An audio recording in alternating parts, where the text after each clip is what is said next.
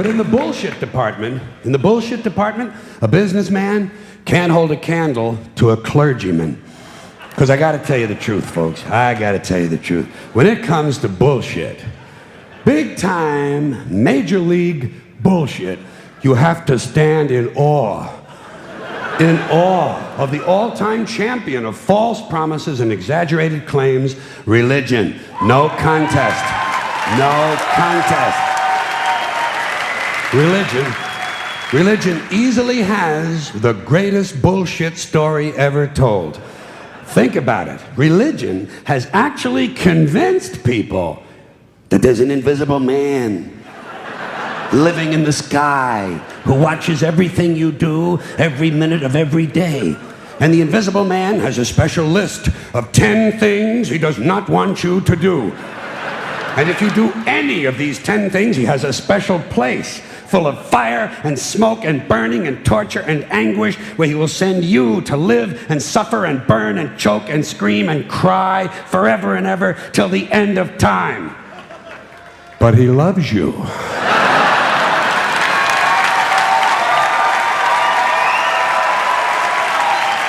He loves you. He loves you and he needs money. He always needs money. He's all powerful, all perfect, all knowing, and all wise. Somehow, just can't handle money. Religion takes in billions of dollars. They pay no taxes, and they always need a little more. Now, you talk about a good bullshit story. Holy shit.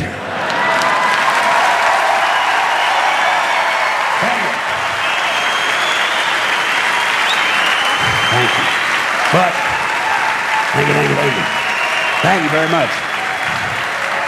But I want you to know something. This is sincere. I want you to know, when it comes to believing in God, I really tried. I really tried. I tried to believe that there is a God who created each of us in his own image and likeness, loves us very much, and keeps a close eye on things.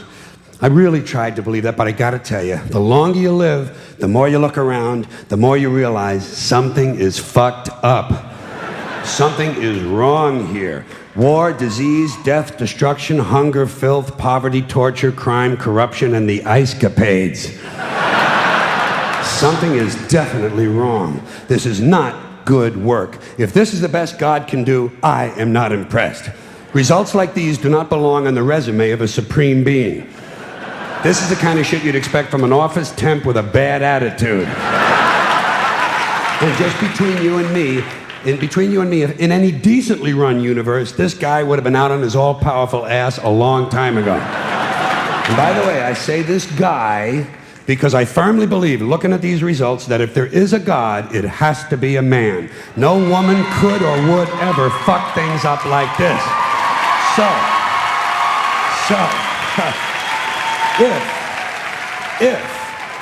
If there is a God, I think most reasonable people might agree that he's at least incompetent and maybe, just maybe, doesn't give a shit.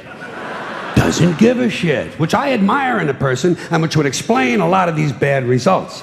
So rather than be just another mindless religious robot, mindlessly and aimlessly and blindly believing that all of this is in the hands of some spooky, incompetent father figure who doesn't give a shit, I decided to look around for something else to worship, something I could really count on. And immediately, I thought of the sun. Happened like that. Overnight, I became a sun worshiper. Well, not overnight, you can't see the sun at night. But first thing the next morning, I became a sun worshiper. Several reasons. First of all, I can see the sun, okay? Yeah. Unlike some other gods I could mention, I can actually see the sun. I'm big on that. If I can see something, I don't know, kind of helps the credibility along, you know? So every day I can see the sun as it gives me everything I need: heat, light, food, flowers in the park, reflections on the lake, an occasional skin cancer, but hey, at least there are no crucifixions, and we're not setting people on fire simply because they don't agree with us. Sun worship is fairly simple. There's no mystery, no miracles, no pageantry. No one asks for money. There are no songs to learn. And we don't have a special building where we all gather once a week to compare clothing. And the best thing about the sun, it never tells me I'm unworthy. Doesn't tell me I'm a bad person who needs to be saved. Hadn't said an unkind word. Treats me fine. So I worship the sun. But I don't pray to the sun. Know why? I wouldn't presume on our friendship. It's not polite. I've often thought people treat God rather rudely, don't you? Asking trillions and trillions of prayers every day, asking and pleading and begging for favors. Do this, give me that, I need a new car, I want a better job. And most of this praying takes place on Sunday, his day off. It's not nice, and it's no way to treat a friend. But people do pray, and they pray for a lot of different things. You know, your sister needs an operation on her crotch. Your brother was arrested for defecating in a mall. But most of all, you'd really like to fuck that hot little redhead down at the convenience store. You know, the one with the eye patch and the club foot, huh? Can you pray for that? I think you'd have to. And I say, fine, pray for anything you want. Pray for anything. But what about the divine plan? Remember that?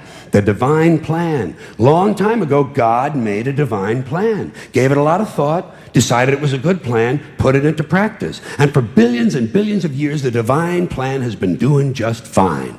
Now you come along and pray for something. Well, suppose the thing you want isn't in God's divine plan. What do you want him to do? Change his plan? Just for you? Doesn't it seem a little arrogant? It's a divine plan. What's the use of being God if every rundown schmuck with a $2 prayer book can come along and fuck up your plan? And here's something else, another problem you might have. Suppose your prayers aren't answered. What do you say? Well, it's God's will. Thy will be done. Fine, but if it's God's will and he's going to do what he wants to anyway, why the fuck bother praying in the first place? Seems like a big waste of time to me. Couldn't you just skip the praying part and go right to his will? It's all very confusing. So to get around a lot of this, I decided to worship the sun. But as I said, I don't pray to the sun. It's at about the same 50% rate. Half the time I get what I want, half the time I don't. Same as God, 50-50. Same as the four-leaf clover and the horseshoe, the wishing well and the rabbit's foot. Same as the mojo man. Same as the voodoo lady who tells you your fortune by squeezing the goat's testicles. It's all the same, 50-50. So just pick your superstition, sit back, make a wish, and enjoy yourself. And for those of you who look to the Bible for moral lessons and literary qualities, I might suggest a couple of other stories for you. You might want to look at The Three Little Pigs. That's a good one. Has a nice, happy ending. I'm sure you'll like that. Then there's Little Red Riding Hood, although it does have that X-rated part where the big bad wolf actually eats the grandmother, which I didn't care for, by the way. And finally, I've often always drawn a great deal of moral comfort from Humpty Dumpty. The part I like the best, all the king's horses and all the king's men couldn't put Humpty Dumpty back together again. That's because there is no Humpty Dumpty and there is no God. None, not one, no God, never was. In fact, I'm gonna put it this way. If there is a God, may he strike this audience dead. See, nothing happened. Nothing happened. Everybody's okay. All right? Tell you what. I'll raise the stakes. I'll raise the stakes a little bit. If there is a God, may he strike me dead. See? Nothing happened. Oh, wait. Got a little cramp in my leg. And my balls hurt. Plus, I'm blind. Oh, now I'm okay again. Must have been. Here's another slogan. Here's another slogan you run into all the time. God bless America. Once again, respectfully, I say to myself, what the fuck does that mean? God bless America? Is that a request? Is that a demand? Is that a suggestion?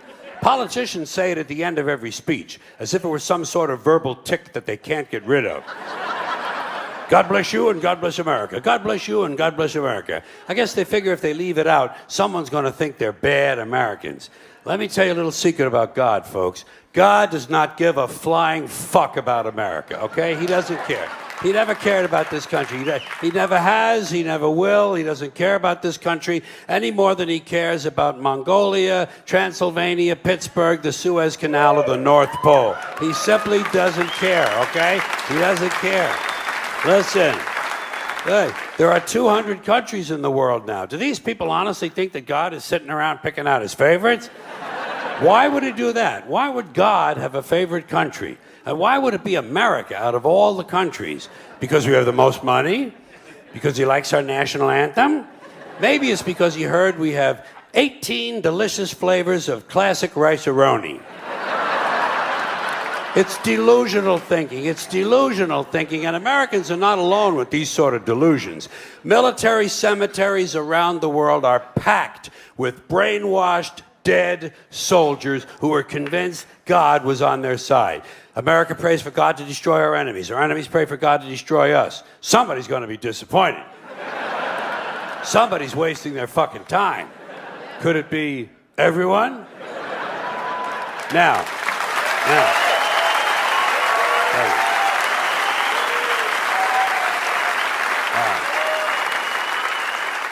If people want to say God bless America, that's their business. I don't care. But here's what I don't understand. If they say God bless America, presumably they believe in God. And if they do, they must have heard God loved everyone. That's what he said. He loved everyone and he loved them equally. So why would these people ask God to do something that went against his own teachings?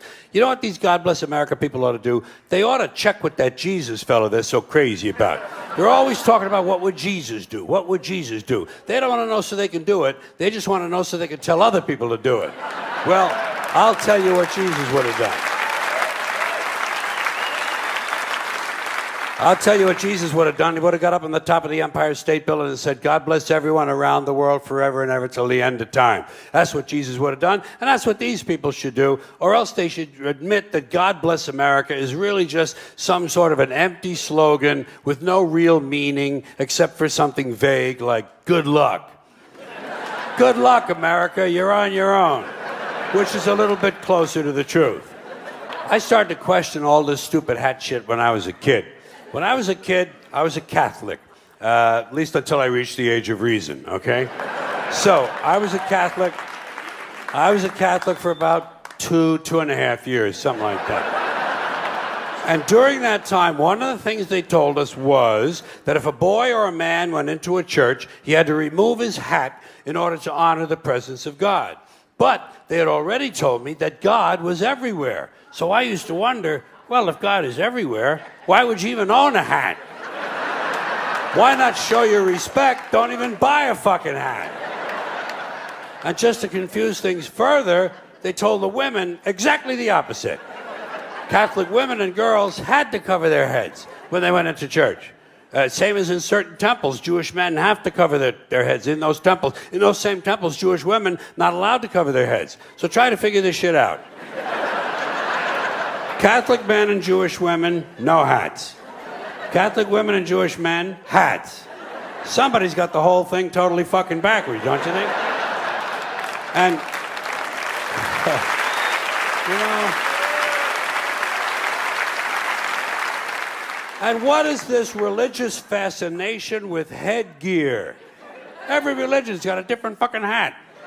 Did you ever notice that? The Hindus have a turban, the Sikhs have a tall white turban, Jews have a yarmulke, the Muslims have the keffiyeh, the bishop has a pointy hat on one day and a round hat on another day, cardinal has a red hat, pope has a... Everybody's got a fucking hat. One group takes them off, the other group puts them on. Personally, I would never want to be a member of any group where you either have to wear a hat or you can't wear a hat. I think...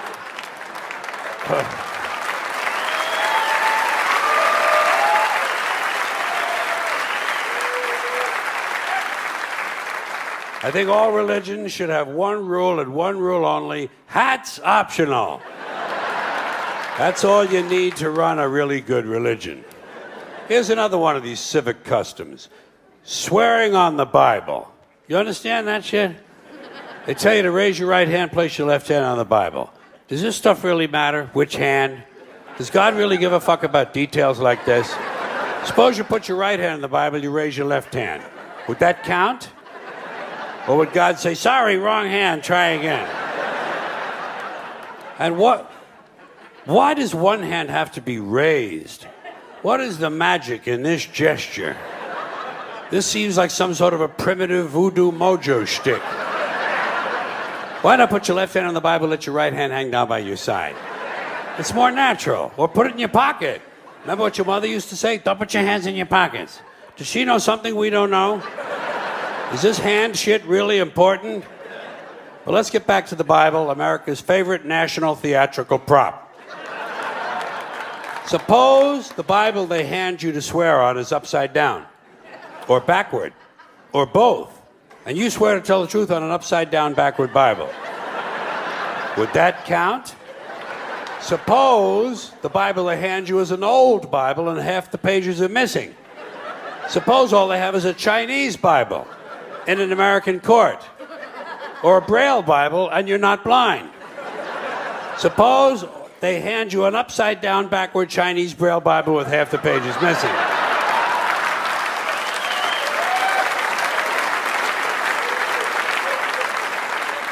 At what point does all of this stuff just break down and become just a lot of stupid shit that somebody made up?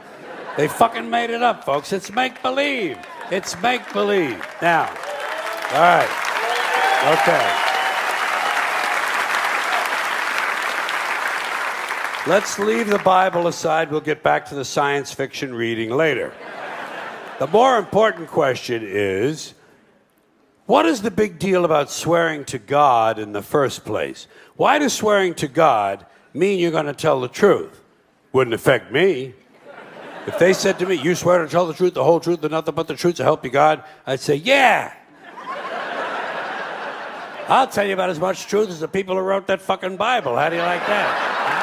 Huh?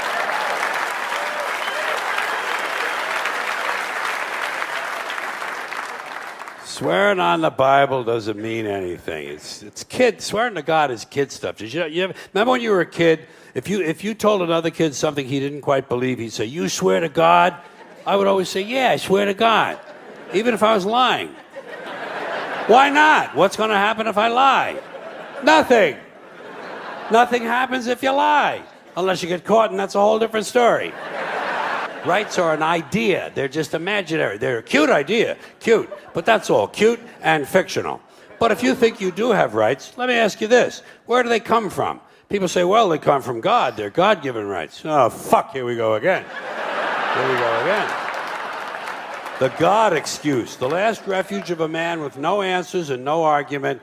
It came from God. Anything we can't describe must have come from God. Personally, folks, I believe that if your rights came from God, He would have given you the right to some food every day, and He would have given you the right to a roof over your head. God would have been looking out for you. God would have been looking out for you. You know that? He wouldn't have been worried about making sure you have a gun so you get drunk on Sunday night and kill your girlfriend's parents. But let's say it's true. Let's say God gave us these rights. Why would He give us a certain number of rights? The Bill of Rights in this country has 10 stipulations, okay? 10 rights. And apparently God was doing sloppy work that week because we've had to amend the Bill of Rights an additional 17 times. So God forgot a couple of things like slavery. Just fucking slipped His mind. But let's say God gave us the original 10. He gave the British 13. The British Bill of Rights has 13 stipulations. The Germans have 29. The Belgians have 25. The Swedish have only 6. And some people in the world have no rights at all. What kind of a fucking goddamn God-given deal is that? No rights at all? Why would God give different people in different countries different numbers of different rights? Boredom? Amusement? Bad arithmetic? Do we find out at long last after all this time that God is weak in math skills? Doesn't sound like divine planning to me.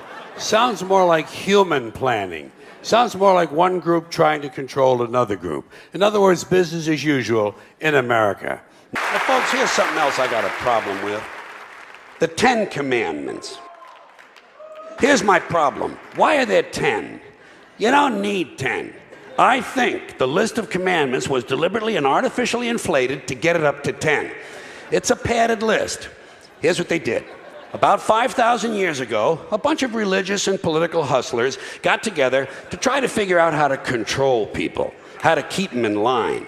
They knew people were basically stupid and would believe anything they were told, so they announced that God had given them some commandments. Up on a mountain, when no one was around, God had given them the 10 Commandments. But let me ask you this. When they were sitting around making this shit up, why did they pick 10? Why 10? Why not 9 or 11? I'll tell you why. Because 10 sounds official. 10 sounds important. They knew if it was 11, people wouldn't take it seriously. Say, what, are you kidding me? The 11 Commandments? Get the fuck out of here. But 10 sounds important. 10 is the basis for the decimal system. It's a decade. It's a psychologically satisfying number. The top 10, the 10 most wanted, the 10 best dressed. So having 10 commandments was really a marketing decision. And to me, it's clearly a bullshit list. It's a political document artificially inflated to sell better. I'm going to show you how you could reduce the number of commandments and come up with a list that's a little more workable and logical. We're going to start with the first 3, and I'll use the Roman Catholic version because those are the ones I was taught as a little boy. I am the Lord thy God. Thou shalt not have strange gods before me. Thou shalt not take the name of the Lord thy God in vain. Thou shalt keep holy the Sabbath. Right off the bat, the first 3, pure bullshit. Sabbath day, Lord's name, strange gods. Spooky language. Spooky language. Designed to scare and control primitive people. In no way does superstitious nonsense like this apply to the lives of intelligent, civilized humans in the 21st century. You throw out the first 3 commandments, you're down to 7.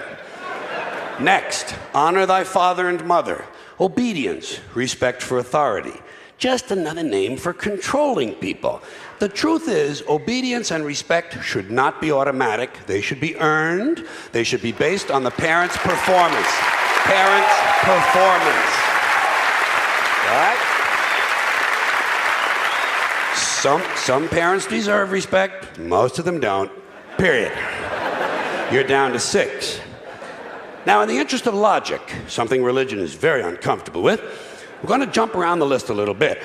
Thou shalt not steal, thou shalt not bear false witness. Stealing and lying. Well, actually, these 2 both prohibit the same kind of behavior. Dishonesty, stealing, and lying. So you don't need 2 of them. Instead, you combine them and you call it thou shalt not be dishonest. And suddenly, you're down to 5. And as long as we're combining, I have 2 others that belong together. Thou shalt not commit adultery, thou shalt not covet thy neighbor's wife. Once again, these 2 prohibit the same kind of behavior, in this case, marital infidelity. The difference is coveting takes place in the mind, and I don't think you should outlaw fantasizing about someone else's wife. Otherwise, what's a guy going to think about when he's waxing his carrot?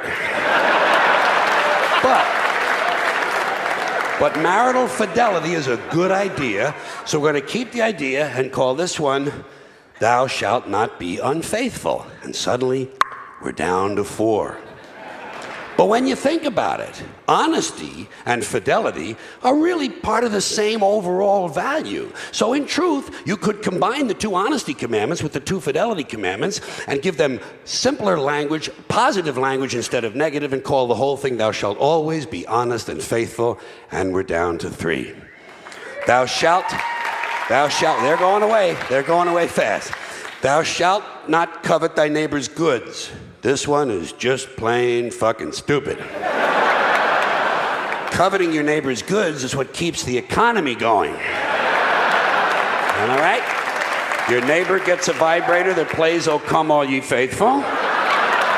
You want to get one too. Coveting creates jobs. Leave it alone.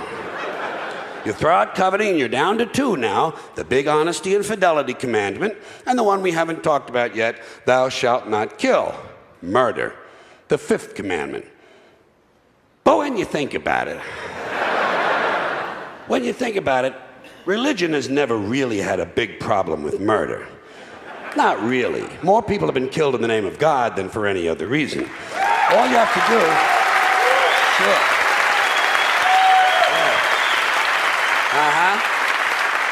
All you have to do is look at Northern Ireland, the Middle East, Kashmir, the Inquisition, the Crusades, and the World Trade Center to see how seriously the religious folks take thou shalt not kill. The more devout they are, the more they see murder as being negotiable.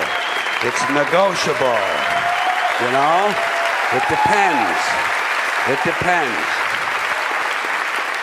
It depends on who's doing the killing and who's getting killed. So, with all of this in mind, I leave you with my revised list of the 2 commandments. Thou shalt always be honest and faithful to the provider of thy nookie. And thou shalt try real hard not to kill anyone, unless, of course, they pray to a different invisible man from the one you pray to. 2 is all you need. Moses could have carried him down the hill in his fucking pocket. And if they had a list like that, I wouldn't mind those folks in Alabama putting it up on the courthouse wall. As long as they included one additional commandment, thou shalt keep thy religion to thyself. Catholics, which I was until I reached the age of reason.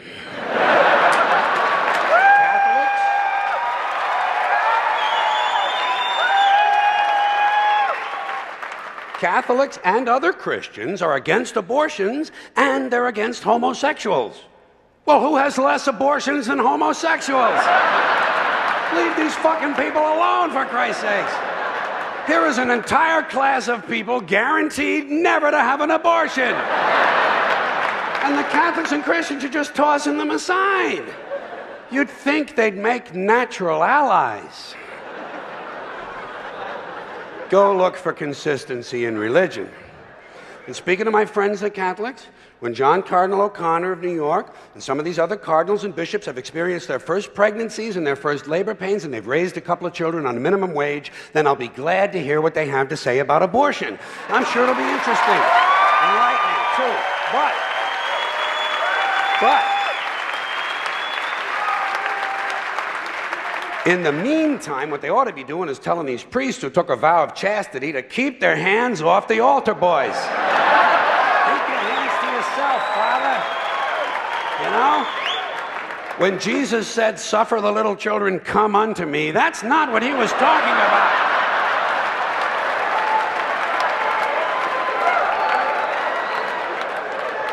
So you know what I tell these anti-abortion people? I say, hey, if you think a fetus is more important than a woman, try getting a fetus to wash the shit stains out of your underwear.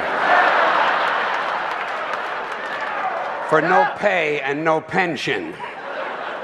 I tell them, think of an abortion as term limits. That's all it is.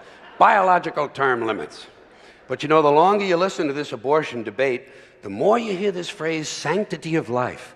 You've heard that, sanctity of life. You believe in it? Personally, I think it's a bunch of shit. Well, I mean, life is sacred? Who said so? God? Hey, if you read history, you realize that God is one of the leading causes of death. Has been for thousands of years. Hindus, Muslims, Jews, Christians, all taking turns killing each other because God told them it was a good idea. The sword of God, the blood of the Lamb, vengeance is mine. Millions of dead motherfuckers. Millions of dead motherfuckers, all because they gave the wrong answer to the God question.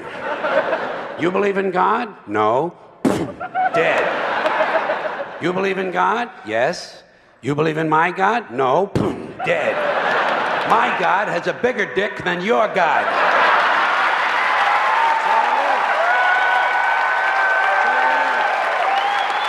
Thousands of years.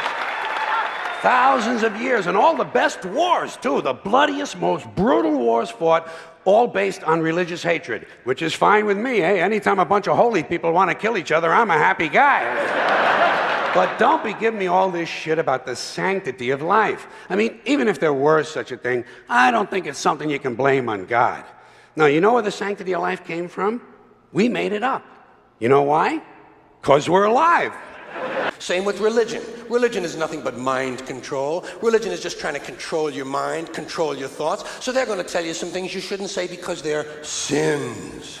And besides telling you things you shouldn't say, religion's going to suggest to you some things you ought to be saying. Here's something you ought to say first thing when you wake up in the morning. Here's something you ought to say just before you go to sleep at night. Here's something we always say on the third Wednesday in April after the first full moon in spring at 4 o'clock when the bells ring. Religion is always suggesting things you ought to be saying.